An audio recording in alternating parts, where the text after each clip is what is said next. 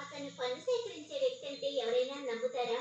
ప్రతి ఒక్కరికి తెలుసు కదా అతను కృష్ణుడేనని. సుధా, మనం ఇలాగే అతన్ని గారాబం చేస్తే ఇక ఎప్పటికీ తన అల్లరి పనులు మాననే మానడు. మనం అతనికి గుణపాఠం నేర్పించాలి, కానీ కఠినంగా కాదు సుమా. ఏం దిగులు పడకు. మన పని పూర్తయ్యాక కృష్ణుడు ఎప్పుడూ మళ్ళీ పన్ను ఇది అది అని అనడు.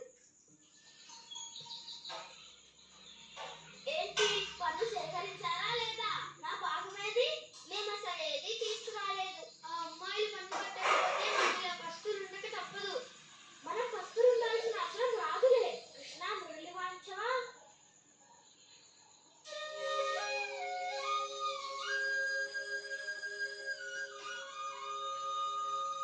ఈ పాట వింటుంటే ఎంతో తృప్తిగా ఉంది, కడుపు నిండినట్టుగా అనిపిస్తుంది. కానీ నిజమైన వెన్నుంటే కూడా బాగుంటుంది. కృష్ణుడు మురళి వింటే మనకి ఎక్కడ లేని శక్తి వస్తుంది కదా. రండి, మనలో ఉన్న ఈ కొత్త శక్తితో మనం కొత్త ఆట ఆడదాం. అలాగే, నువ్వు కూడా పట్టుకో కృష్ణ. ఓడిపోయిన వారిని గెలిచిన వారిని వీపు మీద మోస్తూ నది వరకు వెళ్ళాలి.